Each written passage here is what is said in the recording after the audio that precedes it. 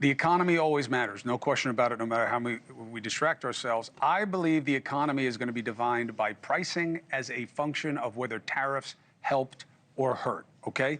Let's discuss. Bill O'Reilly, Stephen A. Smith. The latest is that a record amount of revenue is said to be coming in. Now, let's put to the side all of the legalities. I believe the president clearly exceeded the emergency powers to tariffs, because remember, a president, the executive can't tax, okay? Congress can. Congress has given the president powers in very different laws over the years. I believe he clearly exceeded them. That's what the court has said so far, but they'll appeal it and we'll figure it out. Here's my question to you, Stephen A. Smith, I start.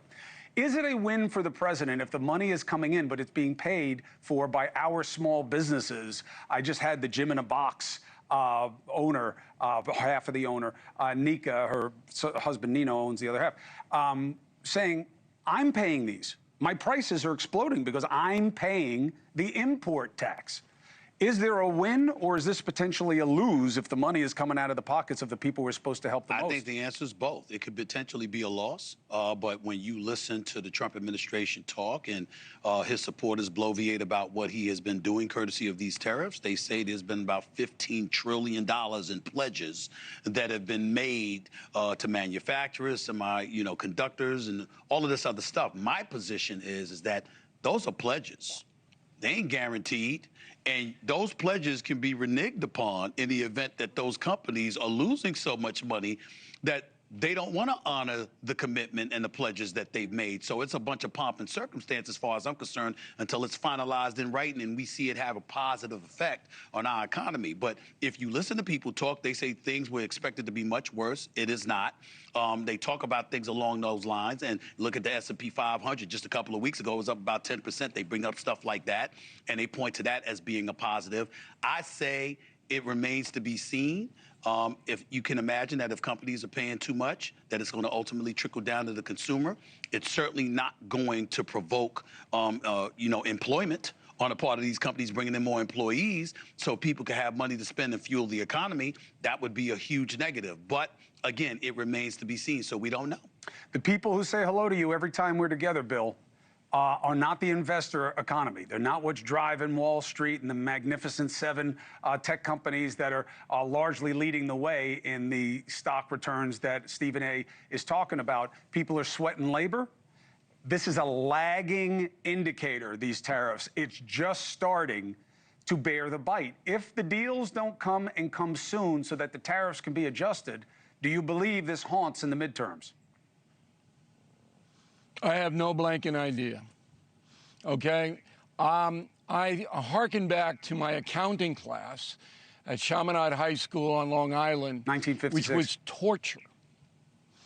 No, it was before that, just the middle of World War II. It was torture. But I do remember accounts receivable and accounts payable.